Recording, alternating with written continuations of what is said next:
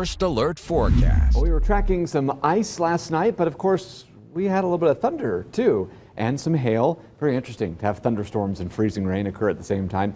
But all you really need for thunderstorms, well, this isn't all you need, I suppose, but a big ingredient anyway, is that clash between the warm and cold air. And this was a pretty mild system that moved in, and we had a very cold air mass in place. So that was just kind of the right mixture to create some instability and convection and ultimately some hail. Now, a little bit of sunshine is expected Friday, so we're looking at a break in between systems here, but a brief one because we're tracking an icier system for Saturday with impacts likely between about 2 and 11 p.m. All right, satellite and radar showing that right now things look really quiet. They're going to remain that way here for the next at least 24 hours.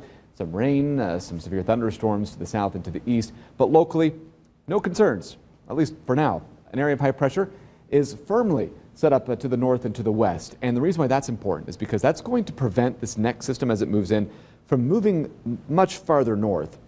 The system that we're talking about here is already along the west coast, bringing some high elevation snow to California, some rain.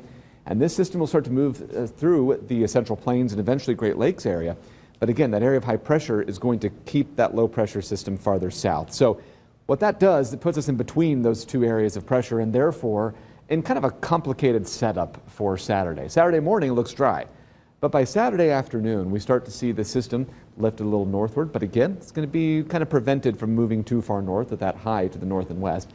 So as that system lifts northward, it interacts with some colder air at the surface. This is another mild system. So as it does so, it brings in at least a decent shot at a little bit of freezing rain south and west of Fort Wayne and perhaps a narrow band of sleet in and around the city. North of the city, perhaps a bit of snow. Again, when it comes to precipitation types, temperature matters, and it's a little warmer the farther south you go. So this is why we're expecting, if there's going to be a bigger ice risk, it'd be south of the city, bigger snow risk north of the city. But regardless, light precipitation is expected. We're not looking at any heavy snow.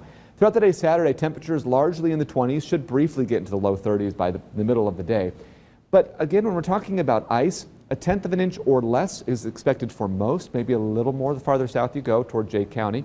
Snowfall, again, looks light, less than an inch just about everywhere north of the city. And again, right in the middle, from about Columbia City to Fort Wayne to Paulding, we're looking at that corridor being just a little bit of sleet at times. So slippery conditions are possible.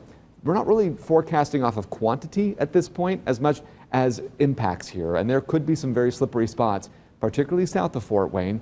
And depending on the track, if it tracks a little farther north, we could see more ice coverage. If it tracks farther south, maybe a little more snow. But either way, it does look pretty slippery, and that is going to be the biggest concern from, again, about 2 p.m. to 11 p.m. Saturday. Not a big storm per se, but it could be impactful at times in the afternoon and early evening. 32, 31, mostly cloudy on Sunday, Monday, partly sunny, 33. And then we see temperatures kind of drop a little bit toward the middle of next week in conjunction with a couple different weather systems. One on Tuesday could bring a little bit of light snow late in the day. Wednesday into Thursday could be a slightly bigger storm system, bringing some accumulating snow to the region. A lot of questions need to be resolved and answered before we start issuing more alert days, but February already has kind of started off on an active note, and it looks to stay that way for the next week, maybe even two. But that's very typical. February, March, April, this is the kind of start of what tends to be a kind of a bumpy few months. Yeah, it's good.